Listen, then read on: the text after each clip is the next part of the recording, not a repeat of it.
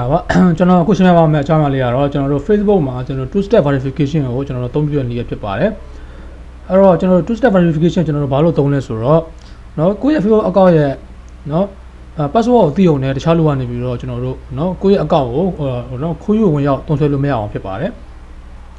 ကို password ကိုထည့်အောင်နဲ့ account ထဲဝင်လို့မရဘဲနဲ့เนาะဒီကိုယ့်ရဲ့เนาะဥစားဖုန်းနံပါတ်ကိုတော့၎င်းကိုယ့်ရဲ့ email ကိုတော့၎င်းပို့လာတဲ့ကုတ်6လုံးထည့်ပြီးမှဝင်လို့ရတဲ့ဟာမျိုးဒါမှမဟုတ်ရင်ကိုယ့်ရဲ့ဖုန်းထဲမှာထည့်ထားတဲ့ authentication app ကနေပြီးတော့ generate လုပ်နေတဲ့ကုတ်6လုံးကိုထည့်ပြီးမှဝင်လို့ရတဲ့ဟာမျိုးဖြစ်အောင်ကျွန်တော်တို့ကနေပြီးတော့လုပ်မှာဖြစ်ပါတယ်အဲ့တော့အရင်ဆုံးအနေနဲ့ကျွန်တော်တို့ကနေပြီးတော့ download ဖို့ဆိုရင်ကျွန်တော် Facebook ကိုသွားမှာပေါ့နော်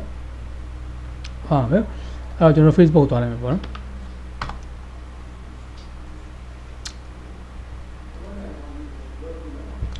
အဲ့တော့ password ထည့်ရမယ်ကျွန်တော်နော်ခဏလေးပါကျွန်တော် password manager နဲ့ထည့်လိုက်မယ်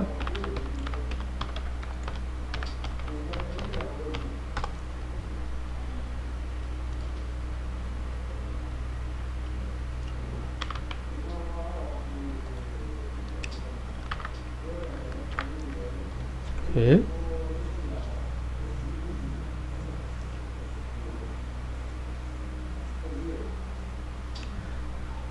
ပြီးတဲ့အခါမှာကျွန်တော်တို့ကနေပြီးတော့ two step verification လုပ်ဖို့အတွက်ဒီဘက်ချမ်းကတောက်ကပေါ့နော်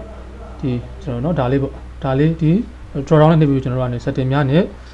ကိုကြီးလုံချွေမှုကျွန်တော်တို့သွားမှာပေါ့နော်ပြီးတော့ setting များပေါ့ဒီမှာကျွန်တော်တို့ကနေပြီးတော့ဘာရှိလဲဆိုတော့ဒီ login လုံချွေရေးနဲ့ login ဝင်ရမှုရှိမယ်အဲ့ဒီမှာကျွန်တော်နေပြီးဒီမှာနှစ်ဆင့်ခံလုံချွေရေးစနစ်ဆိုတာကျွန်တော်တို့ရှိပါတယ်ဒီကောင်မှာကျွန်တော်တို့ခုဆိုဖွင့်ထားတယ်ပေါ့နော်ဖွင့်ထားတာကိုကျွန်တော်တို့ကနေပြင်လို့ရတယ်နော်ပြင်မယ်ဆိုကျွန်တော်တို့ကနေပြင်မယ်နှိမ့်လိုက်ပေါ့နော်โอเคအဲ့တော့ကျွန်တော်မှာတော့ဒီအထောက်ထားစစ်စစ်တဲ့ app ကိုသုံးပြီးတော့ကျွန်တော်ကနေပြီးတော့ကျွန်တော်ရဲ့ two step verification ကိုကျွန်တော်ဖွင့်ထားတယ်ပေါ့နော်โอเคတခြားနည်းလမ်းနဲ့ကျွန်တော်တို့သုံးလို့ရတယ်နော်ဟိုမှာလုံချွေရေး key အနေနဲ့လုပ်လို့ရတယ်ပြန်လဲသုံးယူဒီ code တွေလုပ်လို့ရတယ်စာသား message တွေလုပ်လို့ရတယ်ပေါ့နော်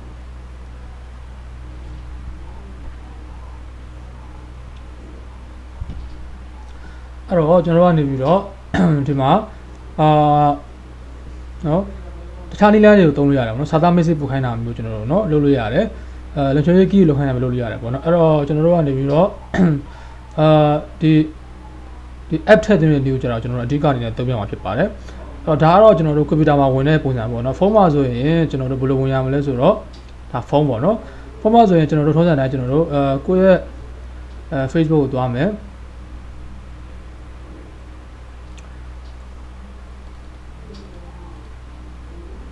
ဒီထဲမှာကိုယ့်အကောင့်ဝင်လိုက်ပေါ့နော်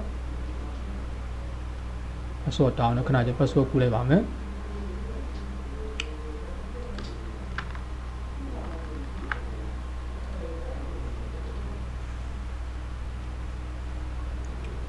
အဲ့တော့ကျွန်တော်မှဒီကျွန်တော် two step verification ခံတာပေါ့ကျွန်တော်မှဆို login code တောင်းနေတယ်ပေါ့ login code ထည့်ပြီးမှရမှာမှာဒီလိုမျိုးဒါ two step verification ရဲ့သဘောတရားတာပါเนาะ password ထည့်ရုံနဲ့မရဘဲနဲ့ login code တောင်းတယ် login code ကိုထည့်မှကျွန်တော်ဝင်လို့ရမှာအဲ့တော့ကျွန်တော်ဖုန်းမှာထည့်ထားတဲ့ code generator ကနေပြီးတော့ကျွန်တော် login code ကိုထည့်လိုက်ပါမယ်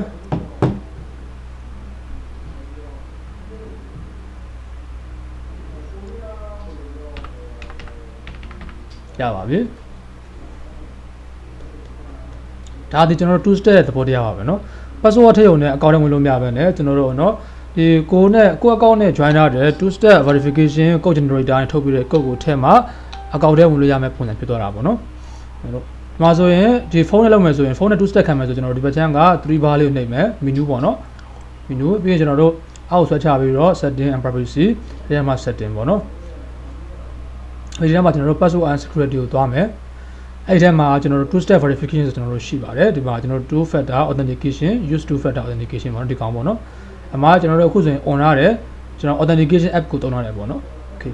ကျွန်တော်တို့ဖွင့်ရသေးတဲ့လူတွေကဒီ authentication app ဆိုတာလေးကိုကျွန်တော်နှိပ်ပြီးကျွန်တော်တို့ကနေပြီးတော့ဒီကောင်ကိုဖွင့်လို့ရတယ်ပိတ်လို့ရတယ်ဒီမှာကျွန်တော်ပိတ်လို့မရဘူးဘာလို့ပိတ်လို့မရလဲဆိုတော့တခြားနည်းလမ်းအရန်နည်းလမ်းကျွန်တော်မထည့်ရသေးလို့နော်အဲ့တော့ကျွန်တော်ကဒီမှာအသစ်လုပ်မယ်ဆိုကျွန်တော်ဒီ authentication app ကိုနှိပ်ပြီးကျွန်တော်တို့ကနေပြီးတော့ဒီမှာပေါ်လာတဲ့ကျွန်တော်တို့ကနေပြီးတော့QR code နဲ့နော် QR code နဲ့ကျွန်တော်တို့ဒါမှမဟုတ်အောက်ကပေါ်နေတဲ့ကျွန်တော်တို့ authentication code ကိုပေါ့နော်ကျွန်တော်ကနေပြီးတော့ copy ကူးပြီးတော့ app ထဲမှာထည့်ရမျိုးလုပ်ပေးရမှာပေါ့နော်ဥပမာကျွန်တော်တို့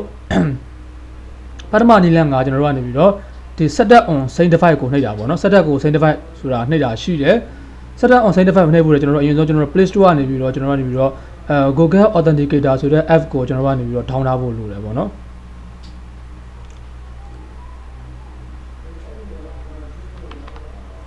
်ကျွန်တော် Authenticator ကျွန်တော်တို့ရှာရပါတယ်တောင်းပြီးရင်ကျွန်တော်ဒီကောင်ကိုဖွင့်လိုက်ပါနော်ဒီကောင်ကိုဖွင့်လိုက်မယ်ဆိုရင်ဒီထဲမှာအရင်ကိုရန်ရတဲ့ကျွန်တော်တို့ကုတ်တွေကျွန်တော်တို့ရှိနေလိုက်မယ်ပေါ့နော်အရင်ဆုံးကကိုရန်ရတဲ့ကုတ်တွေရှိနေလိုက်မယ်ကျွန်တော်ရှိနေတယ်ပေါ့ဒီကောင်တွေကိုဖြတ်ထုတ်ချင်ရင်လည်းကျွန်တော်ဖြတ်ထုတ်လို့ရတယ်ပေါ့နော်โอเคနော်ဖြတ်ထုတ်လိုက်ပြီပေါ့နော်ဖြတ်ထုတ်ပြီးတော့ကျွန်တော်ကနေပြီးတော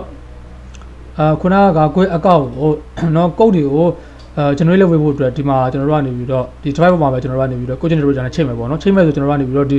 setup on sanctify ကိုနှိပ်လိုက်ရင်ရပြီကျွန်တော်တို့ဒီမှာ authenticator ကိုရွေးပြလိုက်ပါနော်အဲဆိုရင် okay နှိပ်လိုက်ရင်သူ့ဘာသူဒီမှာကျွန်တော်ထည့်ပါတယ်ပေါ့နော်ဒီကောင်ပြင်လို့ရတယ်ကျွန်တော်မှတ်မိအောင်ပြင်လို့ရတယ်ဒီကောင်ကိုဒါလေးကျွန်တော်တို့ကနေပြီးတော့နော် ID ဒီ ID လေးပြီးကျွန်တော်တို့ဒီမှာကျွန်တော်တို့ကနေပြီးတော့ကို account နဲ့ပတ်သက်တဲ့ဟာပေါ့မှတ်မိဟာမျိုးကျွန်တော်တို့ထည့်တာပေါ့နော်โอเคဒီကောင်အဲ့တော့ password ထည့်နေမရဘဲနဲ့ကျွန်တော်ဒီကနေပြီး generate လုပ်နေတဲ့ကုတ်ကိုပါထည့်ပေးမှကျွန်တော်တို့ဝင်လို့ရမှာပေါ့နော်အဲ့လိုဖြစ်သွားတာပေါ့နော်ကျွန်တော်တို့ and မှာ generate လုပ်နေတဲ့နော်ကုတ်ကိုထည့်ပေးမှကျွန်တော်တို့ဝင်လို့ရတဲ့အဆင့်ဖြစ်သွားမယ်password သိုံနဲ့ကျွန်တော်တို့မရတော့ဘူးပေါ့နော်โอเคပြီးတော့ဒီကောင်ဒါကတော့ကျွန်တော်တို့ဒီဥစားနေပေါ့နော်ဒီ setup on sanctify ကိုသုံးပြီးတော့ကျွန်တော်တို့ကနေ set လုပ်တဲ့နည်းပေါ့နော်အော်ဒီနည်းကျတော့ဗာလဲဆိုတော့ကျွန်တော်ဒီကောင်ဖြတ်လိုက်မှာပေါ့နော်ဖြတ်လိုက်မယ်နောက်ဒီနည်းကျတော့ကျွန်တော်တို့ဗာလဲဆိုတော့ဒီကျွန်တော်တို့ဒီပေါ့နော်အောက်ကကျွန်တော်တို့ပေးရတဲ့ဒီကုတ်ကိုကျွန်တော်တို့ကထည့်တဲ့နည်းပေါ့နော်ဒီကောင်ကျွန်တော်တို့တစ်ချက်နဲ့ယူလဲ copy ကူးလိုက်မယ်ကူးပြီးကျွန်တော်တို့ကနေပြီးတော့ဒီမှာလာထည့်မယ်ပေါ့နော်ဒီဘက်ကျရင် plus sign ကိုနှိပ်မယ်နှိပ်ပြီးတော့ကျွန်တော်တို့ကနေပြီးတော့ enter accepted key ဆိုတာကိုနှိပ်မယ်ပြီးတော့ဒီမှာအကောင့်နေမှာကိုမမိလွယ်မဲ့ဟာထည့်ပေါ့နော်ပြီးရင် key မှာခုနကကူးလာတဲ့ key ကိုကျွန်တော် paste လုပ်ပြီးလိုက် okay time base ပြီးရင်ကျွန်တော်တို့ add ကိုနှိပ်ပြီးလိုက်အဲဆိုရင်ဒီမှာကျွန်တော်တို့ code generator လေးဝင်သွားပြီပေါ့နော်ကျွန်တော်တို့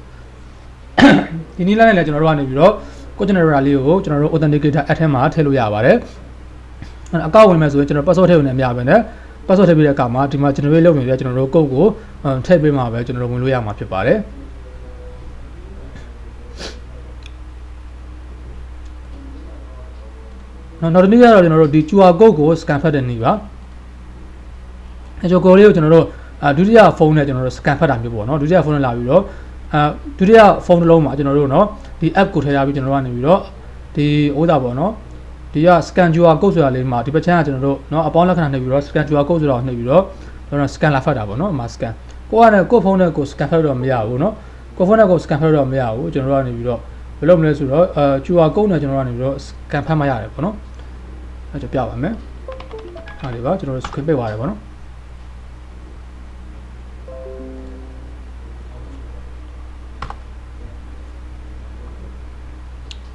်โอเคကျွန်တော်တို့တခြားဒုတိယဖုန်းနဲ့ scan ဖတ်မှရမှာနော်ခုန scan QR code ကိုမြင်အောင်ပေါ့နော်အဲ့လိုလုပ်ရတာပေါ့နော်ကျွန်တော်တို့ကိုဖုန်းနဲ့ကိုကတော့ကျွန်တော်တို့ scan ဖတ်ဖို့ကဓာတ်ပုံရိုက်ထားပြီးတော့screen ရိုက်ထားပြီးတော့ဖတ်မယ်ဆိုတော့ကျွန်တော်တို့ရပါတယ်